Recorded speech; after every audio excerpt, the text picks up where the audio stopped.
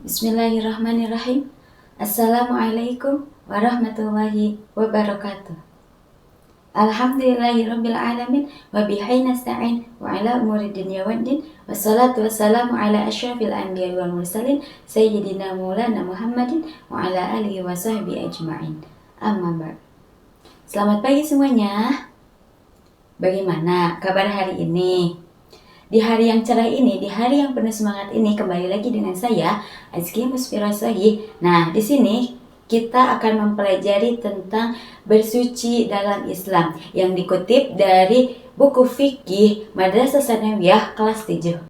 Nah, pada pertemuan kali ini kita akan mengulas beberapa hal. Yang pertama yaitu pengertian bersuci, yang kedua dasar hukum bersuci, yang ketiga kedudukan air dalam bersuci. Nah, yang keempat benda apa saja selain air yang bisa dipakai untuk bersuci. Nah, sekarang kita masuk ke dalam pembahasan yang pertama, yaitu pengertian bersuci. Nah, tahu gak sih kalian apa itu pengertian bersuci? Nah, bersuci dalam bahasa Arab biasa juga disebut dengan toharoh. Nah, istilah toharoh dari segi bahasa berarti membersihkan diri, membersihkan pakaian, membersihkan benda-benda lain dari najis dan hadas dengan tata cara yang telah ditentukan oleh syariat Islam. Nah, bersuci juga menempatkan kedudukan yang sangat penting dalam ibadah. Mengapa?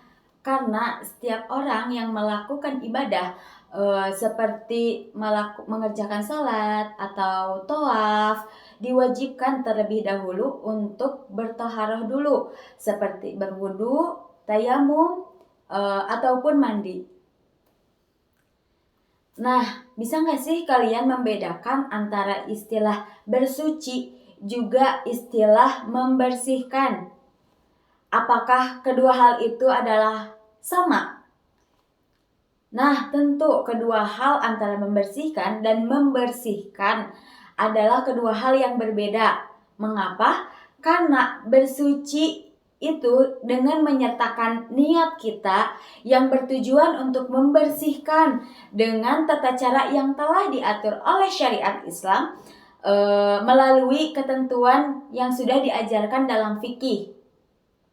Nah, sedangkan membersihkan hanya sekedar membersihkan saja, seperti kita mandi tanpa ada niat ataupun tata cara seperti bersuci gitu ya. Nah, dilihat dari sifat dan pembagiannya, pembagian bersuci dapat dibedakan menjadi dua bersuci itu.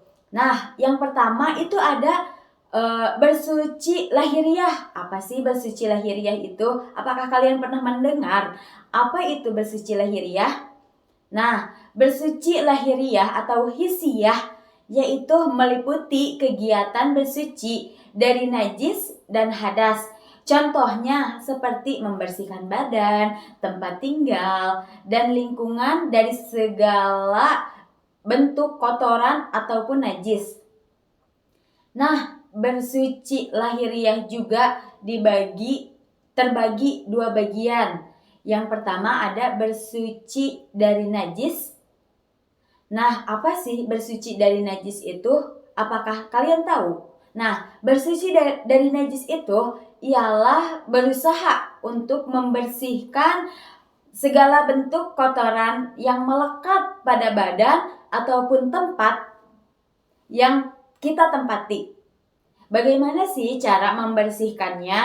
Nah, cara membersihkannya sesuai dengan bentuk dan jenis kotoran yang dihilangkan, seperti dibasuh sampai hilang rasanya, baunya, ataupun warnanya.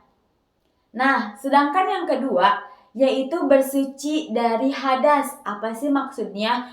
Nah, kalau bersuci dari hadas ini ialah menghilangkan atau membersihkan hadas dengan cara berwudu ataupun dengan cara mandi. Nah, cara mensucikannya itu disesuaikan dengan jenis hadas yang disesuaikan dengan jenis hadas yang dibersihkan. Contohnya mungkin seperti kita haid. Nah, kalau kita haid, caranya itu dengan mandi. Nah, gitu. Salah satu contoh bersuci dari hadas. Nah, yang selanjutnya, yang kedua, yaitu ada bersuci batiniah. Nah, apa sih bersuci batiniah?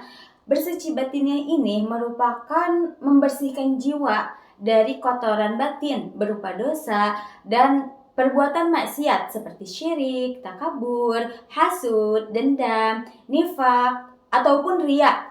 Nah, cara membersihkan sifat atau perilaku tercela ini adalah dengan bertaubat kepada Allah dan berjanji tidak akan mengulangi perbuatan tersebut, serta menunjukkan perilaku yang lebih baik lagi, perilaku yang terpuji. Sekarang kita masuk ke dalam materi yang kedua atau yang selanjutnya, yaitu tentang dasar hukum bersuci. Nah, apa sih yang menjadi dasar hukum bersuci itu? Bisa kita lihat dalam Al-Quran, Allah Subhanahu wa Ta'ala telah berfirman, Quran surat Al-Baqarah juz 1 ayat 222 yang berbunyi, Bismillahirrahmanirrahim.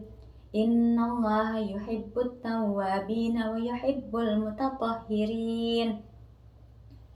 Yang artinya, sungguh Allah menyukai orang yang bertobat dan menyukai orang yang bersuci, yang menyucikan dirinya. Nah, bisa kita mengambil dasar bersuci itu, yang kita ambil adalah surat Al-Baqarah ayat 222. Sekarang kita masuk ke dalam materi yang ketiga, yaitu tentang kedudukan air dalam bersuci. Nah, kalian tahu gak sih terbagi menjadi berapa bagian air untuk bersuci itu? Nah, air, alat yang paling utama untuk bersuci adalah air. Namun, tidak semua air bisa digunakan sebagai alat bersuci. Untuk mengetahui air yang dapat digunakan bersuci, maka kita harus mengetahui dulu air ditinjau dari pembagiannya dan ditinjau dari segi hukum penggunaannya. Sekarang kita lanjut ke dalam air ditinjau dari segi pembagiannya. Nah, secara garis besar, alat yang dapat digunakan untuk toharoh ada dua, yaitu yang pertama air, yang kedua benda-benda selain air. Air merupakan alat toharoh yang paling utama. Meskipun demikian, tidak semua air bisa kita gunakan untuk toharoh. Nah, yang pertama ada air suci dan mensucikan.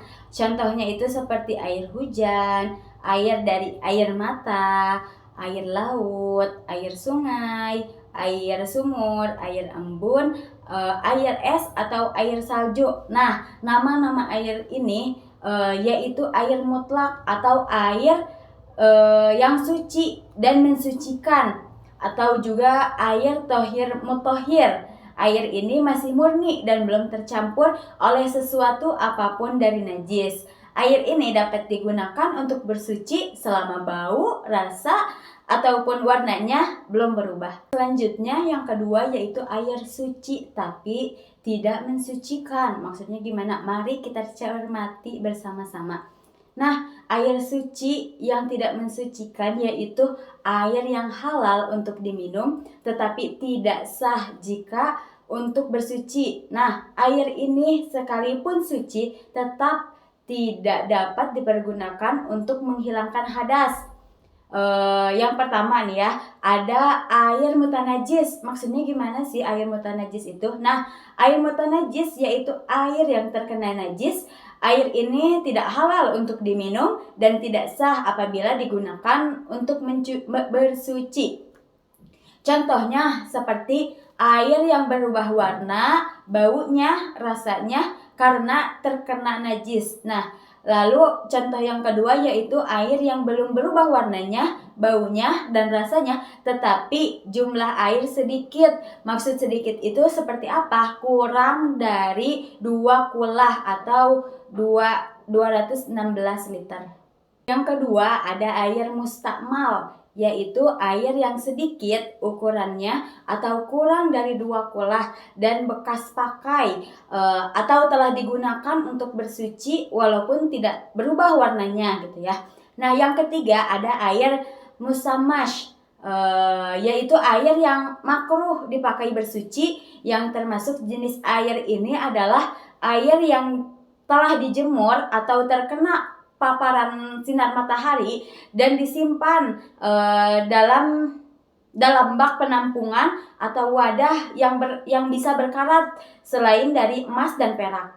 Nah, pembahasan yang keempat atau pembahasan yang terakhir yaitu benda-benda bersuci selain air. Benda-benda selain air yang dapat digunakan untuk bersuci adalah benda yang mampu menyerap air. Contohnya seperti kayu, batu, tisu kering, tanah, pecahan genting, atau benda-benda lainnya. Nah, semua benda tersebut jika dipakai untuk bersuci harus dalam keadaan bersih. Tidak terasa waktu berjalan begitu cepat. Sekarang kita sudah ada dalam penghujung materi ya. Nah, sekarang saya akan sedikit memberikan kesimpulan atau inti materinya, yaitu bersuci merupakan membersihkan diri, pakaian, tempat, dan benda-benda lain dari najis dan hadas dengan tata cara yang telah ditentukan oleh syariat Islam. Terima kasih atas perhatiannya. Mohon maaf apabila banyak sekali kesalahan. Dan selamat siang. Terima kasih. Wassalamualaikum warahmatullahi wabarakatuh.